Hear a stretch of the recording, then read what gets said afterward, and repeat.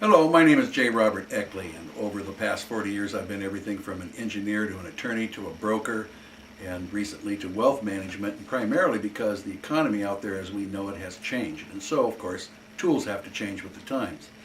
The big problem, it seems to me, in this real estate mess, which I think we all will agree is existing, is the fact that we have willing sellers and willing buyers and we have no finance. Most of that is due to the Dodd-Frank Act and the Consumer Financial Protection Act and various other changes in the banking industry such as Basel II and Basel III, which require the banks to have lots more capital and restrict what they can do as far as risk management in the future. Well, all of this tells me that in the future we're going to have less and less finance and probably more and more demand.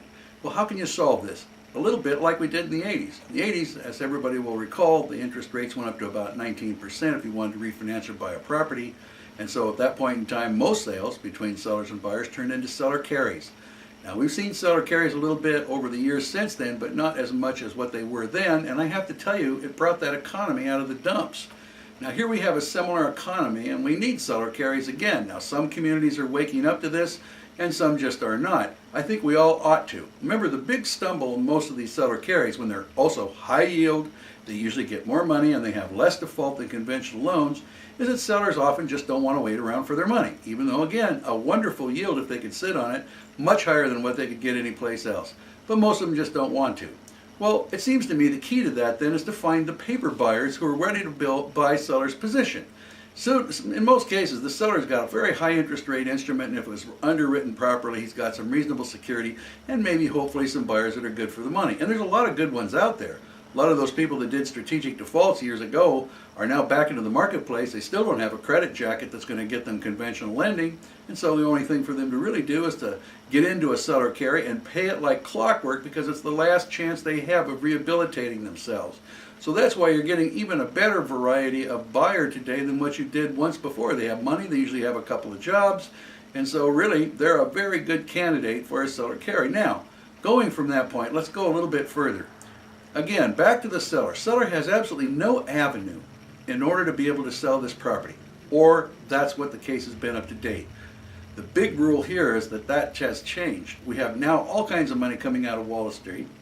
I think they're getting tired of the economic bubble that's blowing up there, and they really expect it to expire at some point in time and usually blow up in everybody's face. And they're looking now again for yield. Where is the yield? It would be in these seller carry contracts, and they are lining up to buy them. This is good paper. Hard money buyers are out there, even just conventional folks that like to invest in things like bonds because they can get 7, 8, 9% yields out of these. And of course, the seller, if he wants his money, he needs an avenue to sell that product. Well, that avenue now exists, and there are buyers who are queuing up to buy those contracts a couple of days after the original deal closes. So look what happens.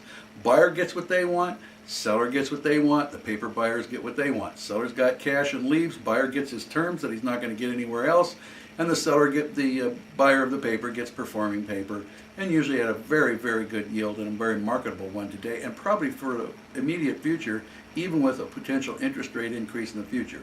Well, that market now exists. How do you access it? Well, the one thing you really have to do is write the paper up right in the first place. Unfortunately, most contracts that have gone hard by the time they get to the folks that need to look at these in order to sell them have gone hard in a way that violates the Dodd-Frank Act or is against the Consumer Financial Protection Act and just plain isn't written right on the right paper and in the right way.